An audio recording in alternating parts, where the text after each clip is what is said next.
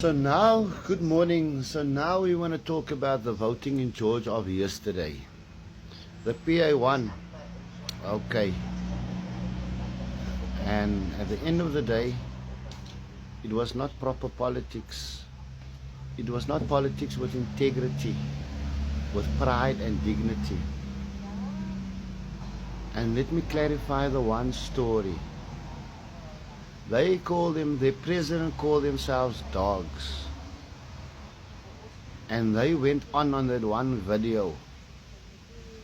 And the question was posed to them. After shoving their fingers in my face, using profanity to higher levels, a question was posed to them. What do you call a female dog in Afrikaans? So that was now the biggest thing, based on the literacy basically. And at the end of the day, November will truly tell the truth. This was a by-election where they could bust in everybody and throw money into people's pockets.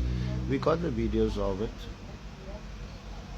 But November is elke man for himself. And like it has been shown in the past, a by-election compared to a national one is totally different.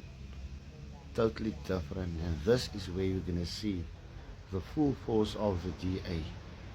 So the PA's victory will be short-lived, about a few months, and then it will be shattered by the DA. You can rest assured we will come back and reclaim what is truly ours, and that is George and various other provinces.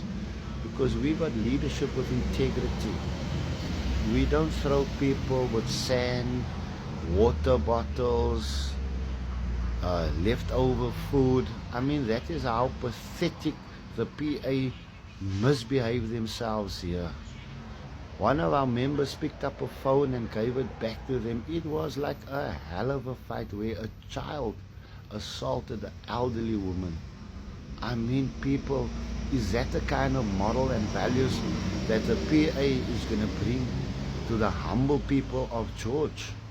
I want you to take this in consideration.